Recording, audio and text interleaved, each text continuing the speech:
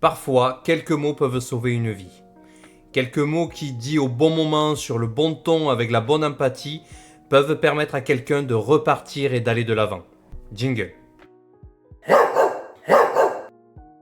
Salut mes petits tazounés, on se retrouve ce soir, on a une lumière qui est un peu blafarde, je suis désolé pour ça, pour la review de l'épisode 3 de la saison 3 de Netflix.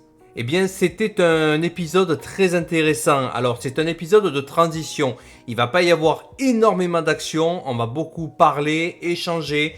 On va s'écouter, on va essayer de se comprendre pour, à la fin, essayer de repartir de l'avant.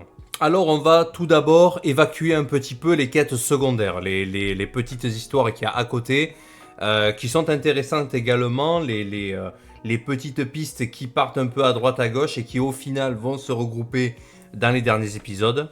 La première side quest, on va l'appeler, on va appeler ça le chapitre des VIP. Alors le chapitre s'ouvre justement sur des soldats roses qui éliminent les joueurs rouges restants dans le labyrinthe, qui n'ont tué personne. Et là j'ai été surpris que les soldats roses enlèvent leur masque. Alors que normalement, la règle veut que la confidentialité soit de mise et que l'on ne connaisse pas les visages des autres employés. Et lorsqu'ils enlèvent leur masque, on s'aperçoit qu'ils sont pas typés asiates. Ils sont plutôt typés occidentaux, eurasiens, pour reprendre un terme ethnique. Et là, je me suis dit, est-ce que ça serait pas les VIP, ça, justement ? C'est-à-dire qu'on les ait balancés dans le jeu, en leur disant, voilà, vous avez vu un petit peu ce qui s'est passé, maintenant, on va vous donner des combinaisons, on va vous faire rentrer dans le jeu, maintenant qu'il y a un petit peu moins de tension, vous allez participer. Une sorte d'expérience immersive, comme il se fait beaucoup maintenant dans les sociétés qui ont un programme de fidélité. On ne leur propose plus maintenant des points fidélité à échanger contre un parapluie ou contre un taille-crayon. On leur propose maintenant de vivre des expériences. L'entertainment, c'est comme ça que ça s'appelle. Et lorsqu'ils se retrouvent tout autour de la table et qu'ils en discutent, justement, on a bien cette confirmation-là, déjà, que de un, c'était bien les VIP, et que de deux, il y a un marketing de fidélité qui est institutionnalisé. Pardon. Toi, tu veux dormir, mais... Putain. On peut dès lors se demander à quoi servent les masques, puisque... De 1, ils se connaissent déjà en dehors du jeu. Et de 2, ils se sont vus à l'intérieur du jeu. Donc pourquoi est-ce que maintenant ils vont mettre des masques d'animaux ? Là, je suis un peu perplexe. Est-ce que ça fait partie de l'expérience ? Est-ce que ça fait partie du décorum ? Je sais pas. C'est un peu bizarre ce coup pour le coup de mettre des masques alors qu'ils se connaissent. Le deuxième fil conducteur, ça va être l'évasion programmée du joueur 246. Avec le numéro 11, le soldat rose numéro 11 qui va l'aider à s'échapper.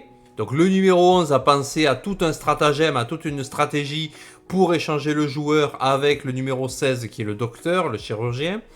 De sorte que le lendemain, en fait, le grand patron, le soldat noir, leur attribue une mission de surveillance des côtes au cours de laquelle ils pourront s'échapper par bateau. Le soldat noir ne le fait pas par gaieté de cœur, mais préfère sauver ses miches en sachant qu'il y a déjà les VIP sur l'île et que une faille dans la sécurité, ça pourrait lui coûter cher. Le troisième fil conducteur, ça va être l'équipe sur le bateau qui est menée par le flic. Ils ont recruté donc un pilote de drone qui est chargé de survoler un petit peu la zone sur laquelle ils naviguent pour retrouver l'île. Alors que pendant ce temps-là, le mafieux est resté à quai pour enquêter sur le capitaine Park. Et là, on se rend compte que personne ne le connaît, ce type-là. Pendant que l'équipe sur le bateau trouve l'île sur laquelle le flic s'est fait tirer dessus par son frère dans la saison 1, sur Terre, le mafieux trouve la planque du capitaine Park. Il rentre dans la planque, il tombe sur un chien. Alors, j'ai l'impression qu'il était en 3D, le chien, ou en... Je sais pas, il avait pas l'air réel, ce clébard. Ils ont mis du budget sur la saison 3. Bref. Et il rentre, et là, il voit des photos affichées au mur, accrochées au mur. Et là, tu dis, oh, le bâtard! Oh, le bâtard! Il y a les photos. Tu vois le vieux de la saison 1, le directeur O. Tu vois une autre photo, il est avec le maître des jeux. Et tu vois la troisième photo, et c'est là où il percute, parce que il l'a vu, il est en photo avec le recruteur. Et là, il percute il comprend que ce mec-là, il a un lien avec l'organisation. Au moment où il veut sortir, eh bien, les flics débarquent parce qu'ils ont entendu un coup de feu, il y a eu du bazar et tout. Bref. Et là où ça va devenir intéressant, c'est que au moment où il veut sortir, ben, il tombe sur des preuves, il tombe sur les billets, il tombe sur des costumes. Donc, il va pouvoir faire remonter les informations et peut-être même que le commissaire, le commissaire du flic qui est sur le bateau, va peut-être commencer à se dire, ok, il y a peut-être un lien effectivement. Où se trouve le flic? Il est sur un bateau, il est là-bas, d'accord, ok. Du côté des joueurs, à présent, donc les joueurs reviennent dans la salle commune où va se dérouler un nouveau vote. Et là, je vous parlais de fusil de Tchekhov dans l'épisode précédent, on en a encore un ici. On voit qu'au moment du vote, il y a une sorte de petit duel entre le numéro 124 et le numéro 125. On a le numéro 124 qui veut tout arrêter parce que il est redevenu lucide, c'est-à-dire qu'il est en sevrage et on voit son corps est en train de redevenir un peu normal. Il est en sevrage véritablement et il redevient lucide. Et là, il se dit oh là là, non, je vais pas pouvoir aller plus loin, ça va devenir trop compliqué pour moi, j'arrête.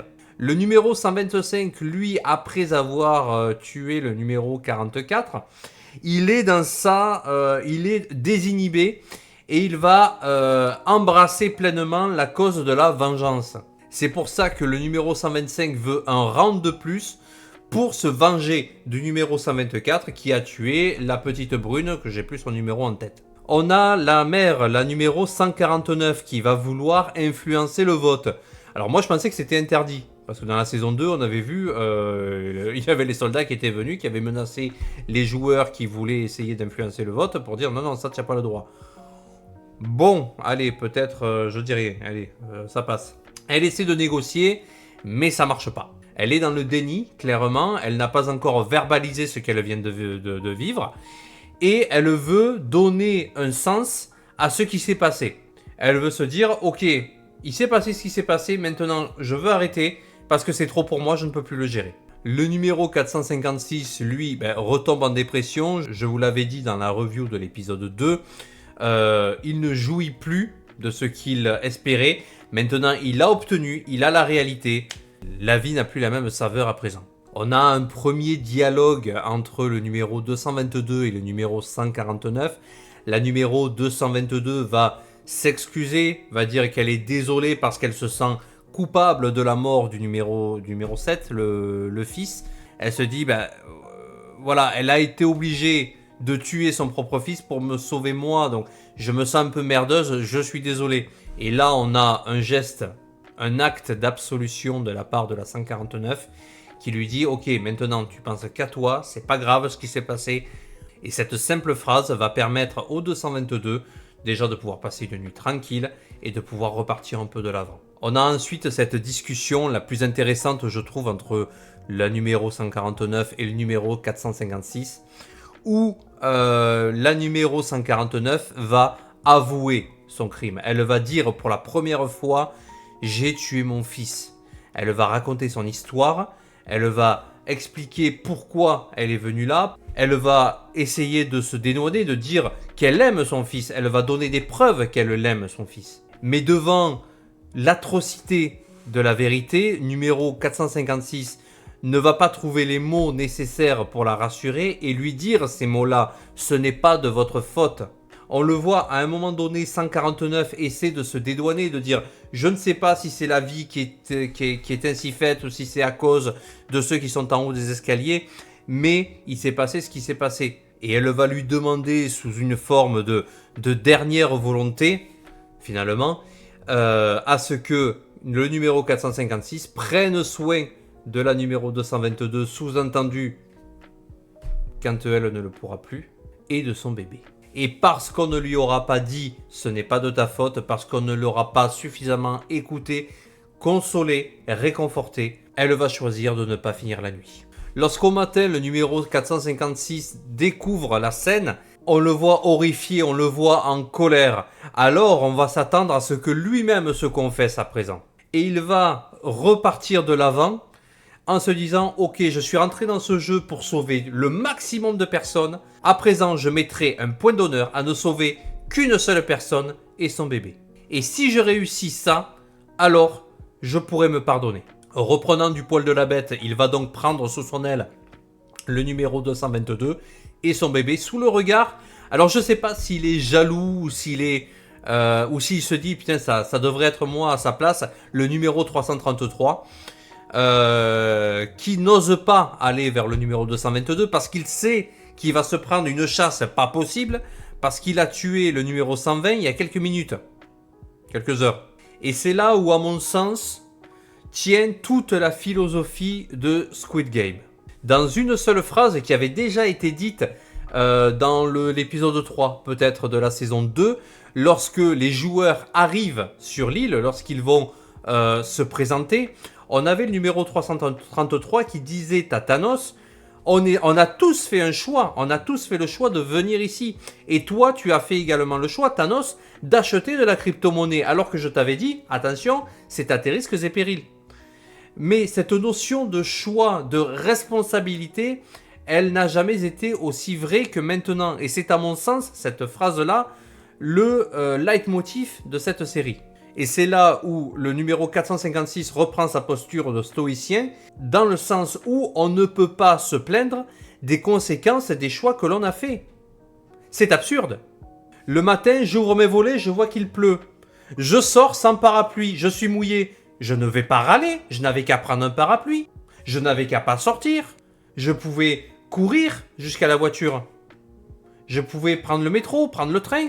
Et c'est à ce moment-là que le numéro 456 percute que le jour où il était prêt à rentrer dans l'avion lors du dernier épisode de la saison 1, il était prêt à prendre l'avion pour aller voir sa fille. Il a fait demi-tour, il a fait le choix de faire demi-tour et il a fait le choix de les retrouver, de dépenser de l'argent pour retrouver le recruteur, pour revenir dans le jeu. Il a choisi tout ça. Donc il comprend à présent qu'il n'a plus à se plaindre et que tous les choix qu'il a fait jusqu'ici, il va devoir les assumer.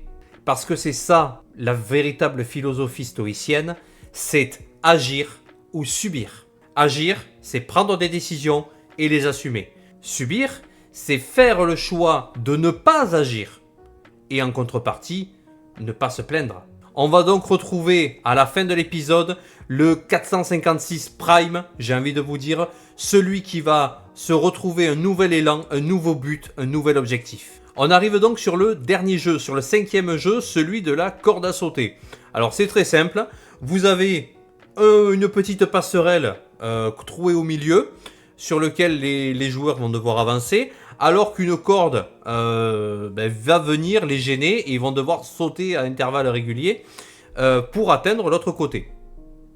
Basique. La strat de 456, ça va être de traverser une première fois avec le bébé pour le mettre en sécurité, de revenir et de retraverser avec 222 pour la mettre en sécurité. Le problème qui s'est posé, qui se pose et que je me suis dit mais ça va être problématique. Quand 456 va vouloir revenir, et ben il y a les autres qui seront en train d'avancer, donc il va être bloqué à un moment donné. Bingo. Alors il y a peut-être une solution, c'est que c'est 333 qui va aider 222 à traverser.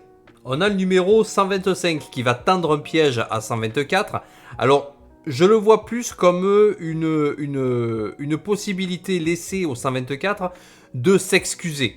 Mais de s'excuser franchement d'avoir tué la nana brune, la crush du 125. Seulement, il n'est pas assez convaincant et le numéro 125 va lui jouer un tour. Il va lui balancer sa croix dans laquelle il avait ses pilules en plein milieu du parcours. Le 124 y va, vous connaissez la suite.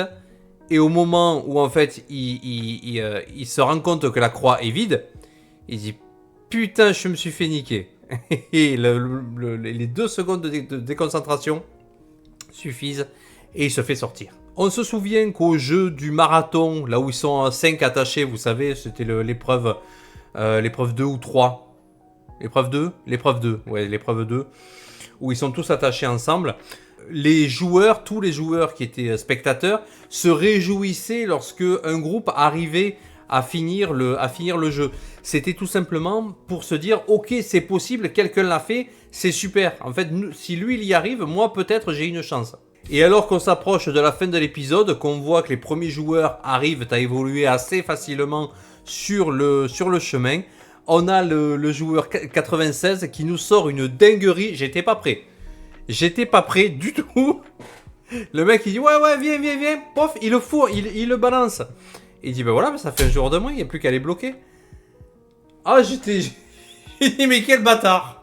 Mais quel bâtard. Le bâtard originel. C'était génial, ça j'ai aimé. Ça c'est de la puputerie comme on les aime.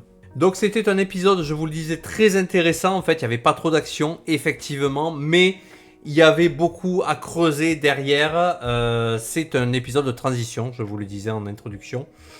Le prochain épisode, eh bien, ça va clôturer très certainement le jeu de la corde à sauter. Je suis très sceptique sur les chances de 222 à s'en sortir. Est-ce que le 333 va survivre ? Je sais pas. Je sais pas non plus parce que les deux sont mal barrés en fait. Les deux sont mal barrés. Mais je vois bien qu'il va essayer de l'aider. Est-ce qu'il va se sacrifier? Est-ce qu'il va expier sa faute d'avoir tué le 120? Je sais pas. On va voir. Et puis ensuite, combien est-ce qu'il va en rester surtout? Là, ils sont 24, alors 23 maintenant que 22 même, ils sont plus que 22, vu que le 124 est sorti, et que le 312 est tombé. Ça fait un peu beaucoup quand même. Voilà, donc il va falloir qu'il y ait du monde qui tombe, à moins qu'il y ait une douille. Au bout de 10 minutes, le truc s'accélère, je sais pas. Je sais pas, on va voir, on va découvrir ça. N'oubliez pas de vous abonner si vous souhaitez suivre tous les contenus de la chaîne. On fait de la review manga, de la review pop culture, Squid Game, on fait un peu de bricot. On fait également un peu de jardinage. Hein, c'est sympa comme tout, ça aère un petit peu. Peut-être de la cuisine bientôt. Allez savoir, on sait pas. Un petit pouce bleu si vous avez apprécié la review de cet épisode-là, la façon dont je l'ai abordé. Et puis nous, on se retrouve très prochainement sur Taz & Chill. Ciao! Mais qu'est-ce que tu veux que je fasse avec ça, moi? Oh! Il sort la langue. Tu te réveilles.